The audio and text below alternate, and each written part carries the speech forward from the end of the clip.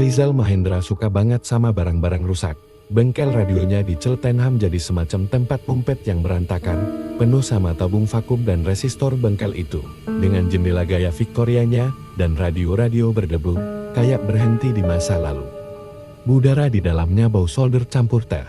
Beda banget sama dunia luar yang modern dan serba nirkabel. Suatu malam hujan di bulan Oktober, Rizal nemu radio aneh di tumpukan manual. Radio itu nggak ada mereknya. Permukaannya halus kayak organik, ada 3 knop, sama tombol hijau yang nyala redup.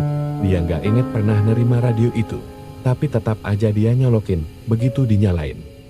Radio itu ngeluarin dengungan yang dalam, waktu dia putar knopnya. Tiba-tiba ada bisikan dari statis. Suara-suara itu kayak teratur, nggak sembarangan. Beda sama gangguan biasa yang pernah dia dengar. Mereka ngomongin soal pembobolan rumah di dekat situ. Rizal sempat ragu, tapi akhirnya dia lapor ke polisi besoknya. Berita lokal bilang kalau pembobolan itu beneran berhasil digagalkan. Radio itu kayak tahu sesuatu. Tiap malam, Rizal jadi rutin nyetel radio itu. Bisikan-bisikannya ngungkapin rahasia-rahasia kota perselingkuhan, pengkhianatan, korupsi. Beberapa dia cek kebenarannya lewat ngobrol-ngobrol santai atau baca berita. Ajaibnya, suara-suara itu gak pernah salah. Tapi lama-lama beban dari semua informasi itu bikin dia stres. Dia susah tidur, tangannya gemeter, dan pikirannya penuh sama suara-suara itu. Sampai suatu malam, bisikan-bisikan itu jadi lebih personal.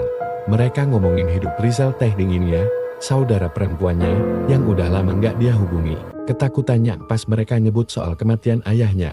Rizal langsung merinding, dia panik dan nyabut kabel radionya. Tapi suara-suara itu gak berhenti. Mereka bilang kalau Rizal sekarang udah jadi bagian dari frekuensi mereka. Rizal makin panik karena bisikan-bisikan itu makin keras. Tumpang tindih jadi suara berisik yang gak karuan. Dia ambil palu, siap buat ngancurin radio itu. Tapi tiba-tiba ada jeritan yang keras banget. Gak kayak suara manusia, bikin dia gak bisa gerak. Bayangannya di jendela bengkel berubah jadi sosok pucat yang buram, dengan senyum yang menyeramkan. Sosok itu nembus kaca, narik Rizal ke dunia penuh statis. Rizal terperangkap di sana, cuma bisa lihat dengan pasrah waktu sosok duplikat dirinya mulai ngambil alih hidupnya. Pelanggan gak ada yang curiga, mereka pikir Rizal cuma aneh kayak biasanya.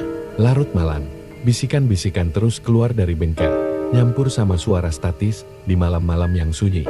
Kadang orang yang lewat bisa dengar samar-samar suara tangisan dari antara saluran radio peringatan putus asa dari Rizal yang sekarang hilang di lautan senyap dan suara berisik tanpa akhir.